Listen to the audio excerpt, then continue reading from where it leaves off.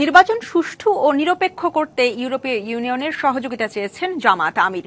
দুপুরে রাজধানীর বসুন্ধরা আবাসিক এলাকায় ইলেকশন অবজারভেশন মিশনের উচ্চ পর্যায়ের 4 সদস্যের প্রতিনিধি দলের সাথে বৈঠকে এ কথা জানান তিনি। বৈঠক শেষে দলের সেক্রেটারি জেনারেল মিয়া গোলাম পরওয়ার বলেন, ইইউ প্রতিনিধি দল নির্বাচন বিষয়ে বিভিন্ন দলের সাথে সাক্ষাৎ করছে। তারই ধারাবাহিকতায় জামাতের আমিরের সাথে তাদের সাক্ষাৎ হয়েছে। বৈঠকে তারা জানিয়েছেন 64 জেলাতেই নির্বাচন পর্যবেক্ষণ করবেন তারা। আগামী ফেব্রুয়ারিতে নির্বাচন অনুষ্ঠানের বিষয়ে প্রতিনিধি দল জামাতের মনোভাব জানতে চেয়েছে বলে জানান পরওয়ার। ডাক্তার শফিকুর রহমান তাদের নিশ্চিত করেছেন নির্বাচন অংশ নেয়ার বিষয়ে ইতিবাচক জামাত।